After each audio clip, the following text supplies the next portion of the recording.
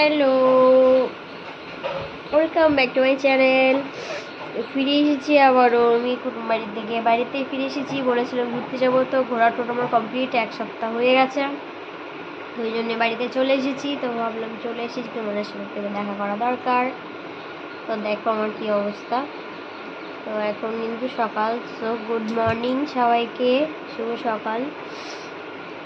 সকালটা সবার খুবই ভালো কাটুক। আমি কিন্তু কুটুমবাড়ি থেকে বাড়ি আসার থেকে কিন্তু সমানে অনবরত ঘুমিয়েই যাচ্ছে। কেননা ওখানে এত পরিমাণে ঘুরেছি, সারা দিন রাত এত ঘুরেছি, মানে ঘুমটা তো ঠিকঠাক হয়নি।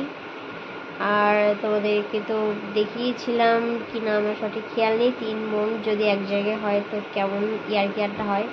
সারা রাত ধরে না ঘুমিয়ে ইয়ার্কি আড্ডা মেরেছি, ঠিক আছে।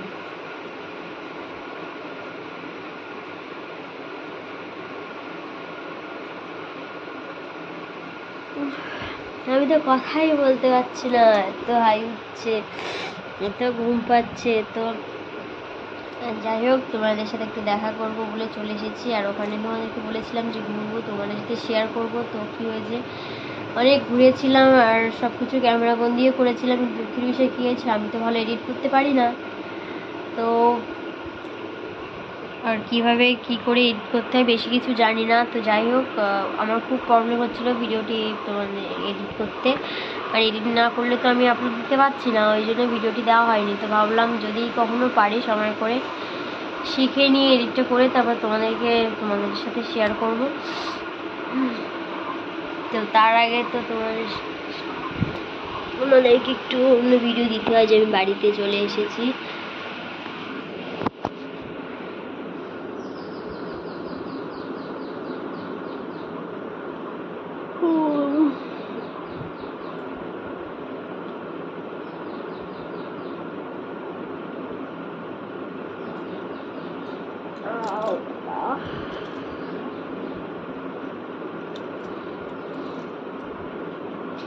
গাছটা মানে শুয়ে শুয়ে ব্যথা করে ফেলেছে, এত শুয়েছি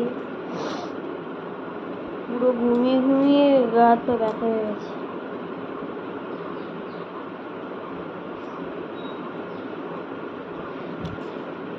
তো আজকে এমনি বাড়ি আসার থেকে অনবরত ঘুমাচ্ছি, আর তার মধ্যে গিয়েছে দেখো আমার ঘর সব এলোমেলো হয়ে পড়ে আছে, কিছু গোছানোর সময় পাইনি।